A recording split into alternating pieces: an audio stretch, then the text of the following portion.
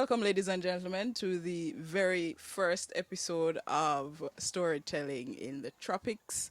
My name is Allison Harrison, and today our first guest is someone that I've known all my life, and I've had the honor of learning under his tutelage how to drive. I don't think that there's a vehicle that I cannot maneuver, and that's because of this man that we're talking to today. His name is Audley Harrison, my father, and I thought it fitting to interview and speak with my father to have him tell his story as the very first show in this series. And so let us begin. AKA teacher, Harry, talk about your early years growing up. Well, early years growing up meant up to age 4, I lived at Nonsuch, where I was born, a little village 5 miles overlooking the town of Port Antonio. After those 4 years, I moved from living with my mother and father and siblings to live with my aunt a mile out of Port Antonio, a little village called Breastworks. Breastworks. Breastworks. So yes. why were you the one to go and live with your aunt? Well, you see, all during my life, my wife will tell you that I love to talk. And one of the memories I have of my childhood is I had my aunt who had no children. And on one of her visits to the family in Nonsuch, she approached my father and said to him, "Listen, you have all the children here with you. I have no children. And I'm kind of lonely. Why don't you send one of the children to live with me?" My father laughed. And he said, "It's not for me to send, it's which would like to go." So a number of us were sitting in the yard. Thank God all of us weren't, because I might not have fallen into that. All of your siblings? How many siblings Well, do you have? my parents had 8 boys and 1 girl. The girl is the first. The girl is the first. And in response, my father said, just tossed out a question to us, which one of you want to go and live with your aunt? Completely, having no idea what it was going to mean, I said, I will go. How old were you? I would have been about 4 years old. 4? 4 years old. Mm-hmm. You don't know nothing at 4? Nothing at all. Nothing at all. But I was willing to make the plunge. Right. And so, in a couple of days, I was packing my little kit and heading off down the hill with Auntie, my little bag on my back, to live at Breastworks. And how long did you live at Breastworks? I would have lived at Breastworks maybe for 5 years. 5 years. Till you were 9, 10? Till I was 9, 10. And then, on leaving Breastworks, Auntie and I went to live at the old Catholic convent in Port Antonio, where she landed a job to clean and take care of the church, and also to take care of the ground floor of the old convent, where there was a commercial school. Mm-hmm. Young ladies were taught shorthand, English, and the other rudiments of secretarial work. Just a bit of info for the viewers and listeners is we are outside in one of Daddy's buses, and so we are sort of at the mercy of the elements. The environment is not as controlled as we would like it to be, but we are in the tropics, so Yes. So you moved to the convent. Yeah. I should share with you, though, that my aunt was not only a guardian, my aunt was my basic school teacher, my aunt was my spiritual advisor, and my aunt was my first tutor in the skills of Carpentry. carpentry, and construction. Because at age 6 or 7, me and my aunt, we built a house that we lived in from scratch. She was a phenomenal woman. That's interesting. Phenomenal woman. We built it from scratch. I think the only thing that she hired someone to do was put the roof on, Right. but we did the rest of it. What were the materials that you used to build the house? The materials were wood and bamboo. Bamboo split in pieces maybe 4 or 5 feet long and an inch wide, and that would do the sides of the house. The floor was wood, and of course it was situated on a hillside, so we had to put it on a kind of stilt Mm-hmm. to level it. Uh, Inside of the wall, she used old newspaper and magazines to paste and cover the walls. That was my first classroom.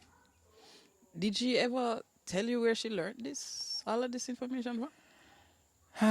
She just gathered it over the years. She was a one woman. She was a lone woman. She just did things on herself. She was very independent. And she tended to do things for herself. Okay, so you lived with your aunt. What was high school like for you? High school at Titchfield was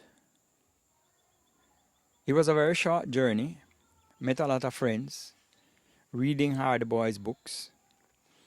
Matter of fact, I lived a 10-minute walk from school on the Titchfield Hill. I played sport, played some cricket, played some football.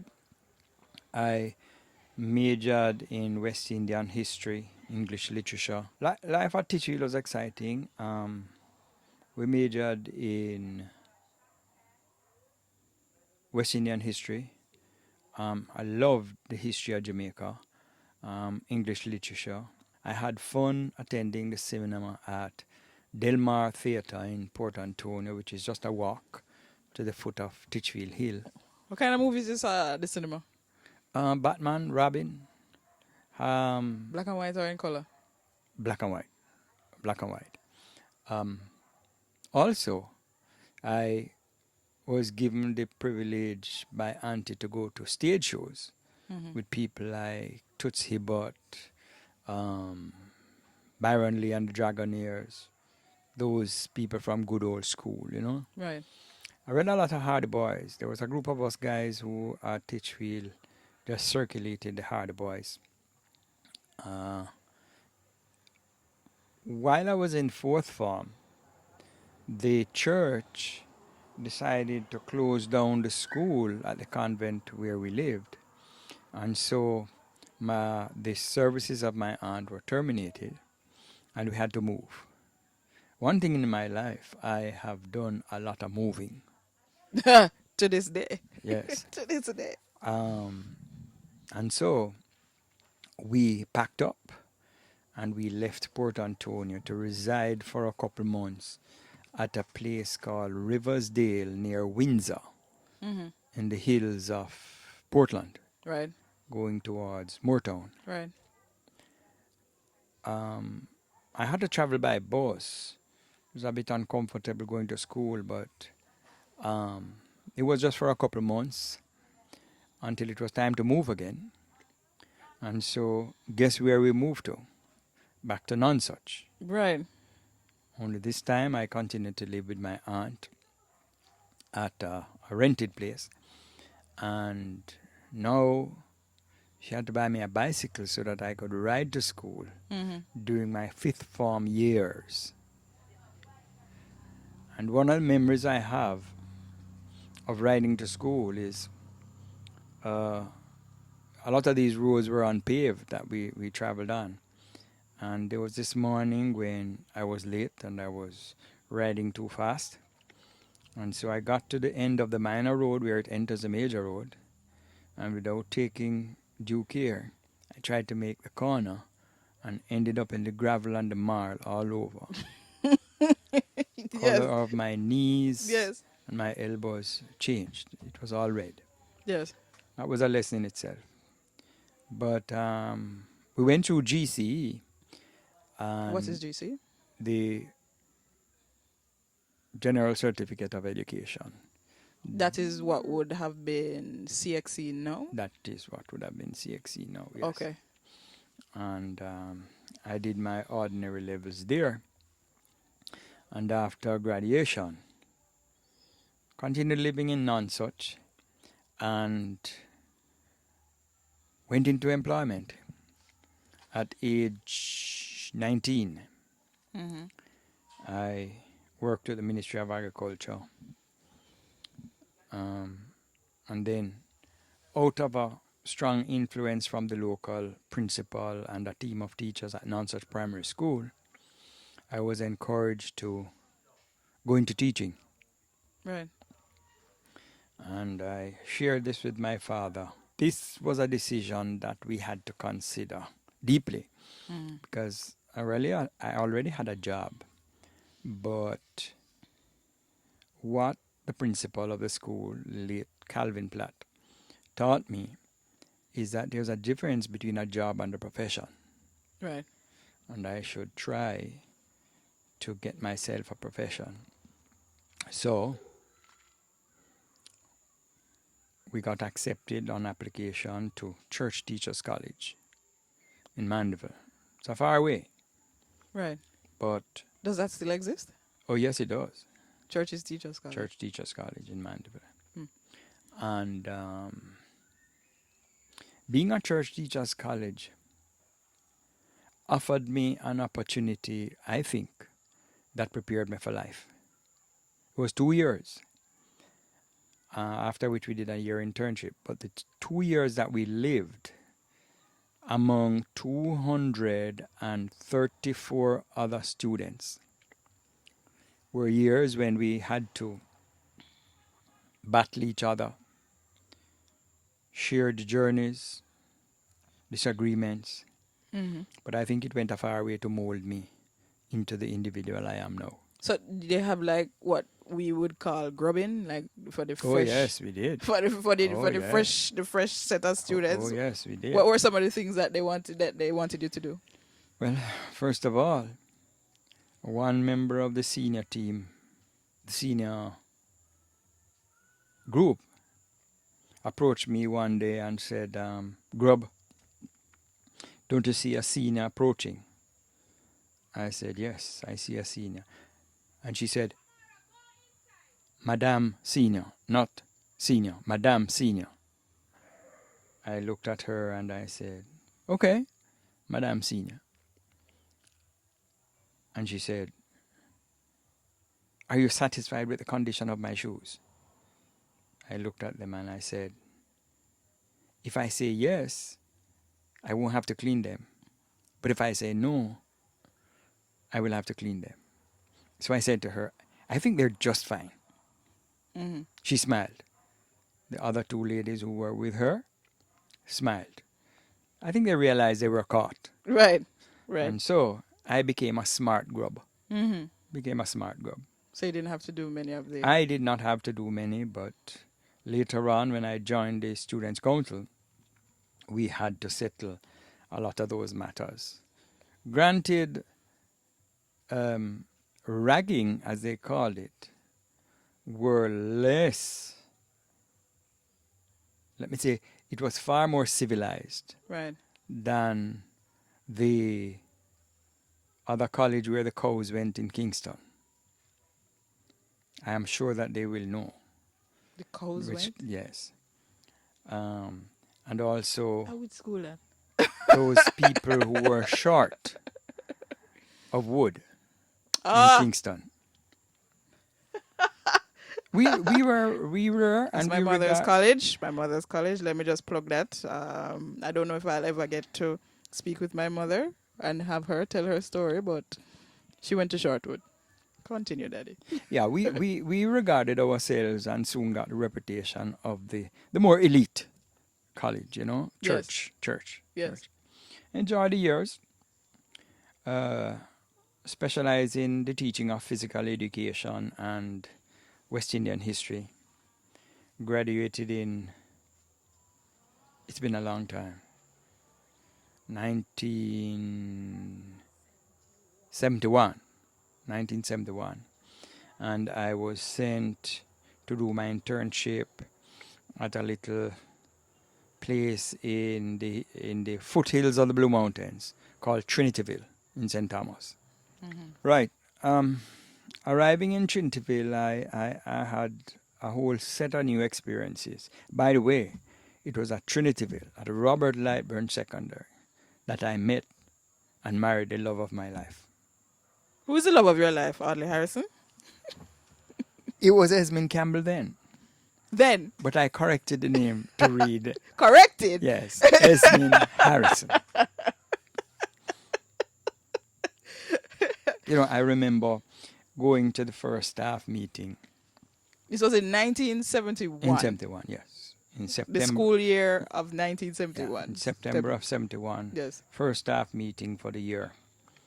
And I sat across the room. I looked over and I saw this little girl sitting on the opposite side. She wasn't looking at me, but I saw her. And I wondered whether she should be in school uniform. Really? She looked young. Oh, she was a little doll. That's why they And call her Barbie. ah, Is that where she got the name? Or you gave her that name? I no, her brother, one of her brothers, Lloydie, Hmm. gave her that name. Okay. And so uh, I marked her, put a mark on her, and pursued her for a number of years. Finally got her to say yes. Hold on. Let's talk about those years. Let's talk about those years. Back in 1971, what are you doing to court a young Esmond Campbell? I'm sharing my lunch. You sharing your lunch? I'm sharing my lunch, yes. And I'm trying to do the things that she think are the right things to be done. Because, I lived about 5 miles from where she lived then. Mm-hmm. And let me just say that life for me was kind of free and irresponsible at the time. And when she and I spoke, she, a bit stronger than suggested, that those are not the right things that you should be engaging in life, like,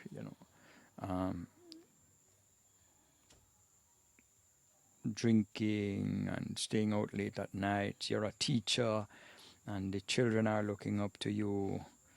You have to give a good impression. And that also helped me to mold my character. Mm-hmm. And so I saw the attributes and I said, yes, this must be for a lifetime. So in 1974, well, she agreed before, but we tied a knot in 1974. All right. So you decided to ask for her hand in marriage in 1974. Take us through that. Yeah, some people only ask for the hand. Mm-hmm. I asked for all of her. Right. So we got married in 1974. And it was time to move again. Mm-hmm. We we opened, we set up house in Trinityville, and that was where our first angel was born, the first of three angels, Lisa. Mm-hmm. My tenure at Trinityville Secondary continued until 1976, Mm-hmm. when I moved on to the Ministry of Youth and Community Development for a job as a sports development officer for Western St. Thomas. Uh, that continued until 1983, when I stopped working for the government and opened my own business. For many years, one of my past students, who was a transport operator, invited me to join him Mm-hmm. by buying a bus and, as he would say, make some money. Mm-hmm. But for me, that decision was not going to be an easy one, because moving from a set salary to income that was not secure for a young man who had just gotten married, And you would have had all three children at that time. yes, was a timid one.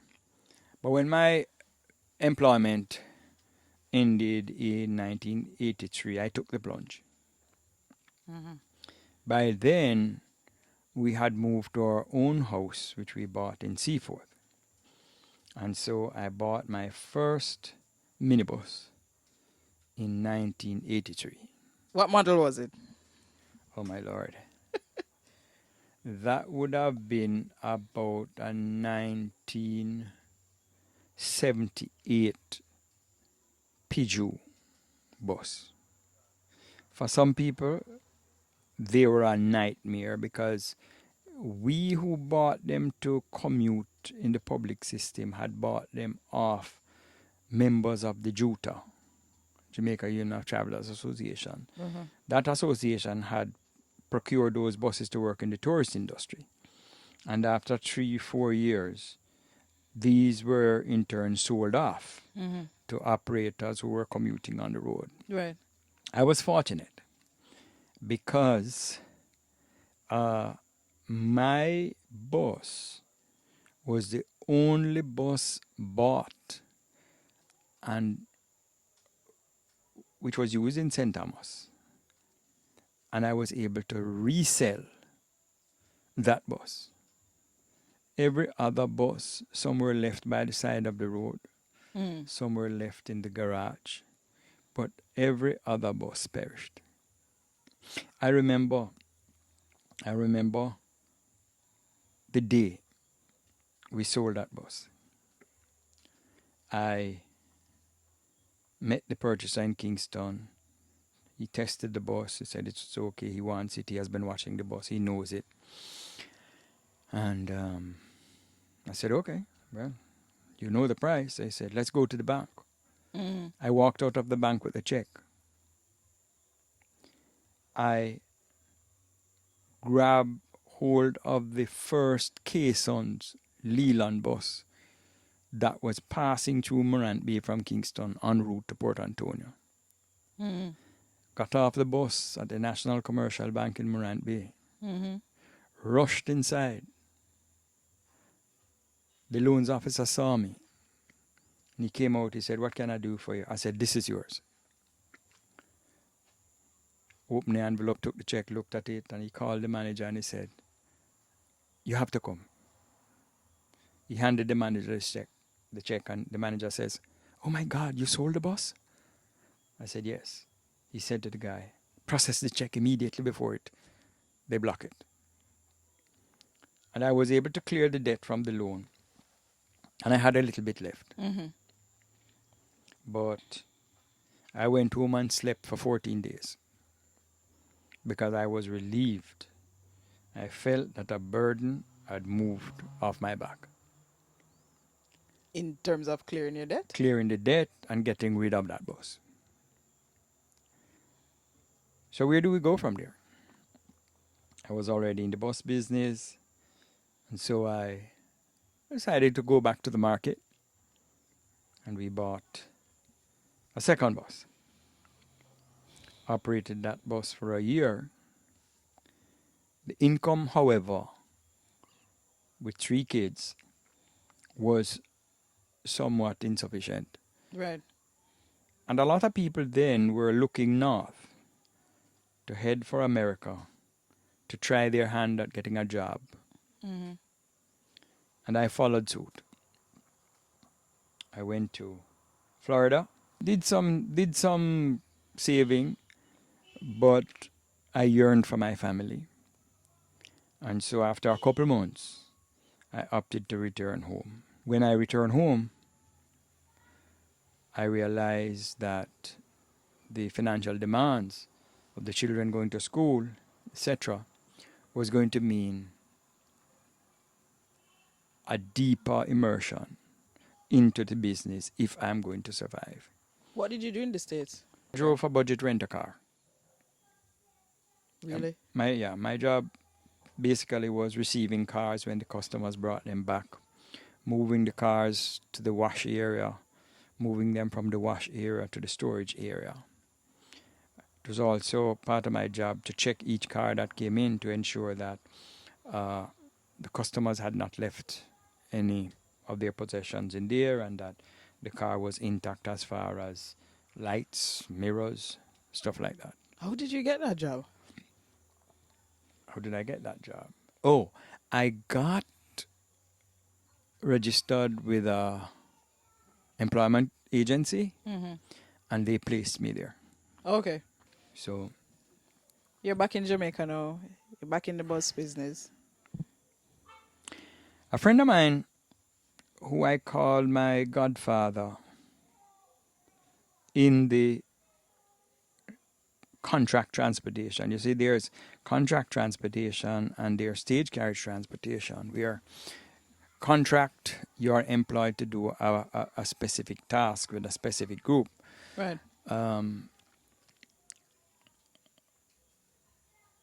Stage carriage is operating from one point in the country along a prescribed route to another point, a number of trips for the day.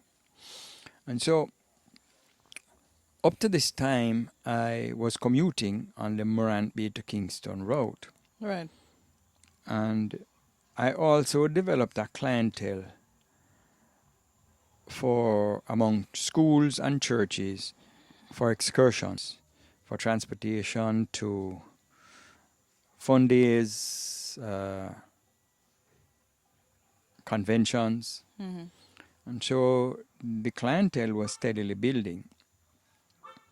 And when I had my eyes placed on a bigger unit to seat more persons, I approached the Jamaica Union of Travelers Association. Juta. Yes, for membership. And it was my godfather, I call him my godfather, who advised me. So he said to me, these buses are coming, they're going to be costing X. I said to him, hold on, where do I get that money? He said, the bank is financing everything. I said, no, I'm not borrowing all that money, man. I'm not borrowing all that money. I didn't take up his offer. Continued with my used buses. Repairing. At nights we'd come in, we'd service the buses. We'd be doing stuff under the buses. And I remember there was this one particular afternoon I came in and we were working, I think on the brakes or something for the bus. And my third daughter, Allison, by then we had bought her a tricycle. That's me. That's me. And while I was under the bus, she had elevated one of the back wheels of the tricycle on a little ledge in the driveway, as if she had jacked it up. And she had a screwdriver and she was touching every little nut and bolt on that, as I was doing under the bus. And I said to myself, that girl is the son that I never had. To this day. To this day. Needless to say, there were nights when it was time for Allison to get washed up and put off the bed, and my wife Babs had to find her under the bus where we were working. And so, maybe 2 3 years, no, 3 years after that offer from the president in Port Antonio, I heard he was selling one of the buses that he had bought, and I approached him and he said, imagine, you did not want to buy this bus for half then of what I'm selling it for now, but you want to buy it now. That's not very smart of you. Right. But you want it, I'll sell you. Right. I felt foolish, but I needed the increase in seating capacity for the fleet, so Mm-hmm. I said, okay, I'll go. Talk about contract transportation. It was during this time that I landed my first formal contract with the Goodyear plant in Morant Bay. What year was this? This would have been about 1990, early 90s. Can't remember the Mm. exact date, early 90s. Mm. And we got this job to work 3 hour shifts, bringing in and taking off the workers. There were those nights when I might have been out and doing driving an excursion, and my wife Babs had to fill in as a driver Right. to take the workers in and take them off. Yes. So it was a full team, Mm-hmm. all hands on deck. When Hurricane Gilbert came in 1988, it did extensive damage to properties. And for me, it was the birth of a new era because the United Methodists from the United States were sending down teams, missionary groups, Mm-hmm. into Jamaica to assist in the reconstruction of churches, of manses, doing vacation Bible schools. And I got onto these groups and extended my operation much to my benefit. Uh, the groups grew to include medical teams, um, all kinds of work. And for many years, we were gainfully employed. This operation assisted greatly in funding the education of my first daughter when she went off to Barry University in Miami, Mm-hmm. and also kickstarted the education at the University of Miami for Sherry, my second daughter. So it played a major role, and um, up to COVID, it's the advent of COVID that has really curtailed my engagement with these groups. Right. I continue to do contract transportation, um, but like I said, with COVID, our operations have gone down to zero since last year, March. So how have you been coping? Well, we have had to lean into savings, Mm-hmm. and we are being greatly assisted by the children who understand and are greatly involved in taking us through our day-to-day demands. So business was good during those years. So, but I guess you felt, or there may have been something missing. So that was more internal. So talk to us about your journey into the Catholic Church. My journey in with the Catholic Church goes back as far as when I was 6 years old. You will recall I lived with my aunt then, and we lived at the old convent in Port Antonio. This old convent was situated just across the street from Our Lady Star of the Sea Catholic Church in Port Antonio. And part of my daily routine was to be at Mass Monday to Friday, 6:30, every morning. I became an altar boy, Hmm. an Didn't know altar that. server. Didn't know that. And my growth in the church began then. My experiences with different aspects of the faith. Uh, much of my own personal conviction is founded on my Christian belief and what I try to convert to principles in my life. Mm-hmm. And in the year 2000, I accepted an invitation to enter the diaconate. Mm-hmm. Actually, the invitation came a couple of years before, but I attended St. Michael's Theological Seminary, which later became Center. Mm-hmm. We were accepted. I said we because my wife attended every training session. It was part of the course, it was a requirement. Every training session, which meant 2 weekends per month, living and also practical practicing within the church. Mm-hmm.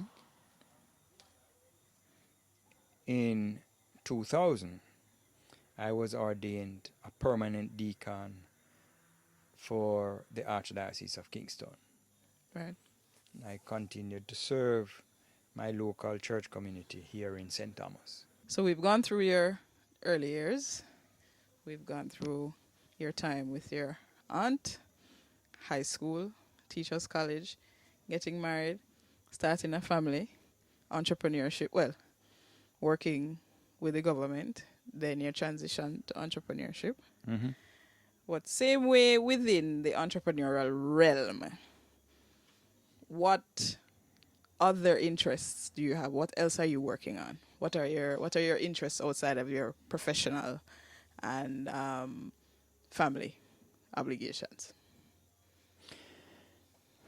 Babs and I have always wanted to plant stuff, to grow stuff. Mm-hmm. And our journey in agriculture has taken us through the rearing of pigs Mm-hmm. at the back of the backyard. Mm-hmm. Um, we had cows, Mm-hmm. which Babs, when I was on the road with the buses, Babs had to go and tie them out in the mornings and return them in the afternoon. But like I said, we had always wanted to plant stuff, to watch things grow. And when Babs retired in 2011, I think, we had a lot of time. She had a lot of time. We had a lot of time on our hands, and so we looked around, and a friend of ours introduced us to a piece of land, and we just went into the hills and started planting.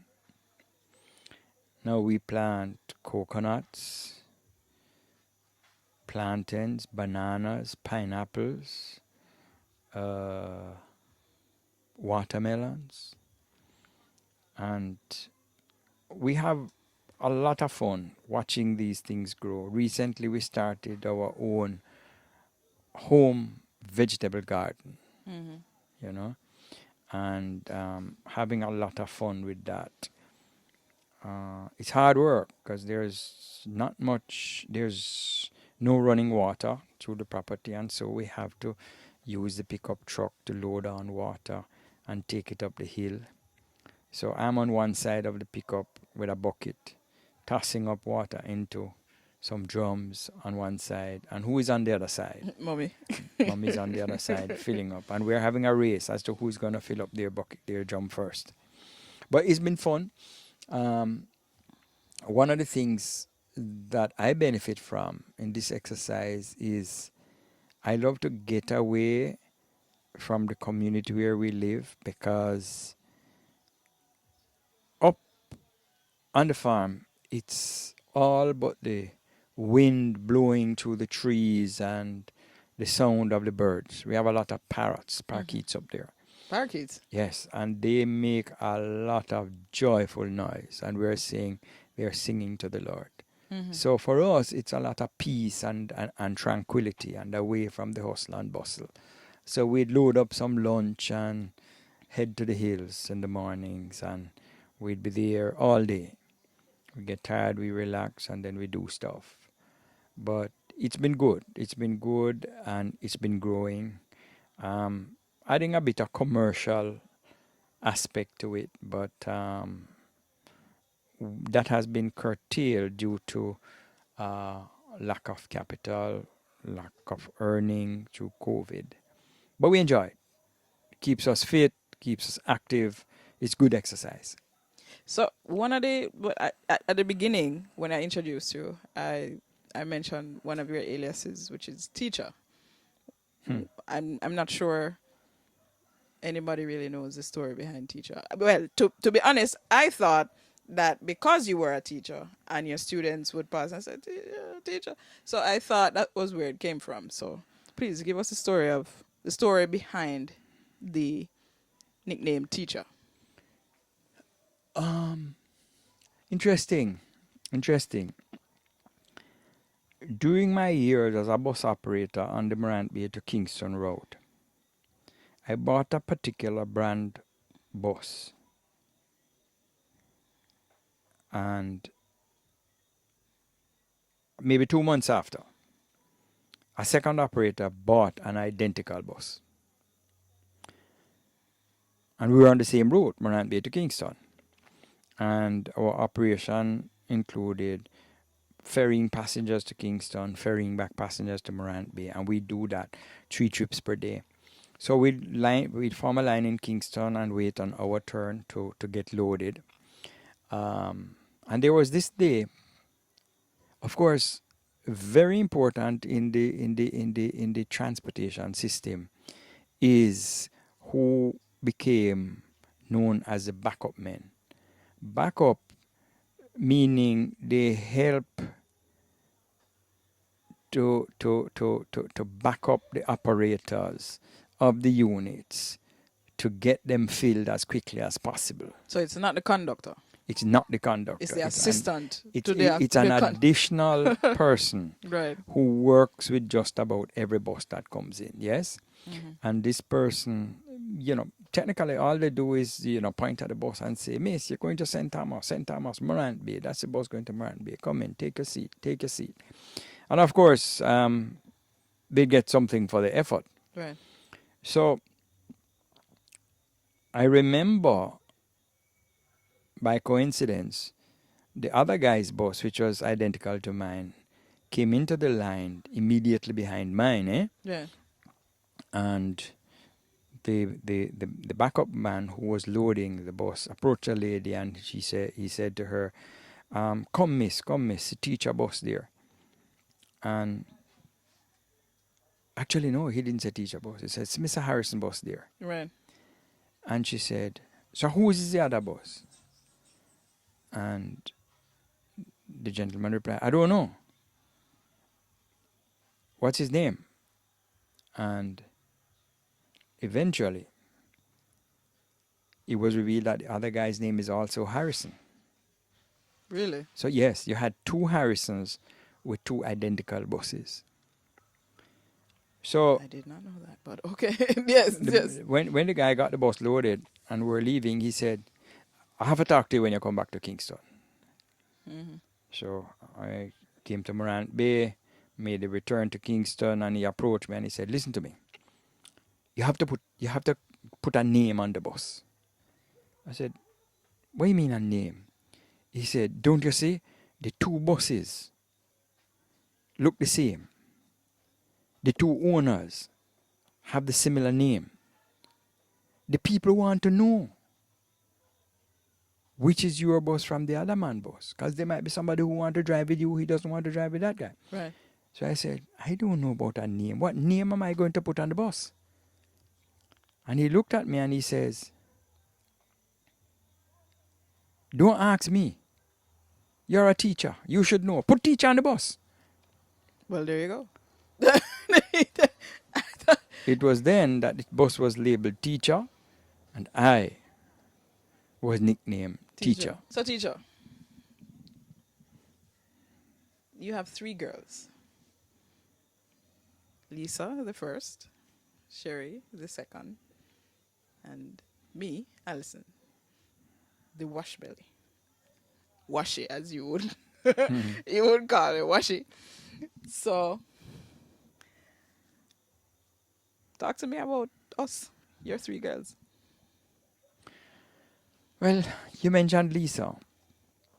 And Babs and I and Sherry and yourself will be eternally grateful for the motherly care that Lisa would have extended to both of you Of course. when you studied in the United States. Absolutely. She was definitely an anchor, a provider, a guardian, a mother, a parent. And we will be forever grateful to her. She is. She still does that. If I might put Sherry for third, I would like to mention you, Allison. And one of the memories that stand out in my mind is that September morning when you decided not to return to the University of the West Indies to complete your studies. I was furious, but your mother cautioned me and told me to leave you be. Little did I know at the time that your protest was aimed at your pursuit of your own personal goal. The area of study that you were interested in and wanted to pursue at the university was not being made available. And It wasn't available at all. it wasn't available.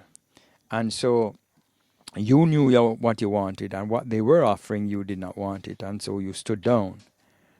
And soon after, your protest was to end in a couple of months when you were accepted by the Miami International University of Art and Design to pursue a course in cinematography. Well, film and digital production is what the degree is. Right. And it had been your love for years, and that has blossomed into a reality for you now, of which I am very proud. Sherry is somewhere in the middle, and I recall Sherry telling us a story of her English teacher at Immaculate saying to her, Sherry, you are no good at English literature. However, Sherry went on to major in English and Caribbean Studies and is now a professor at the Missouri University. Mm-hmm. When I mention Sherry, I cannot help but mention Andy, her husband, and the light of my life, Harrison, my grandson. My nephew. Each day that I go to my phone or on the computer and see Harrison engaged in some activity, it makes me so proud of my family.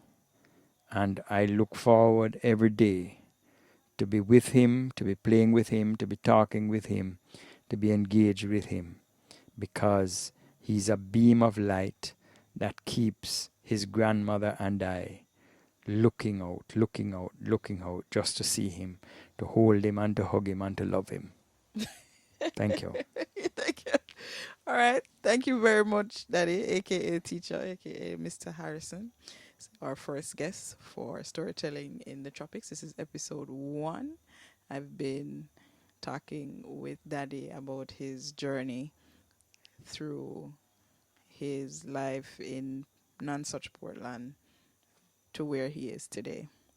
Stay tuned to this channel. Subscribe, please, and stay tuned for more interesting stories from our island home, Jamaica. Thank you.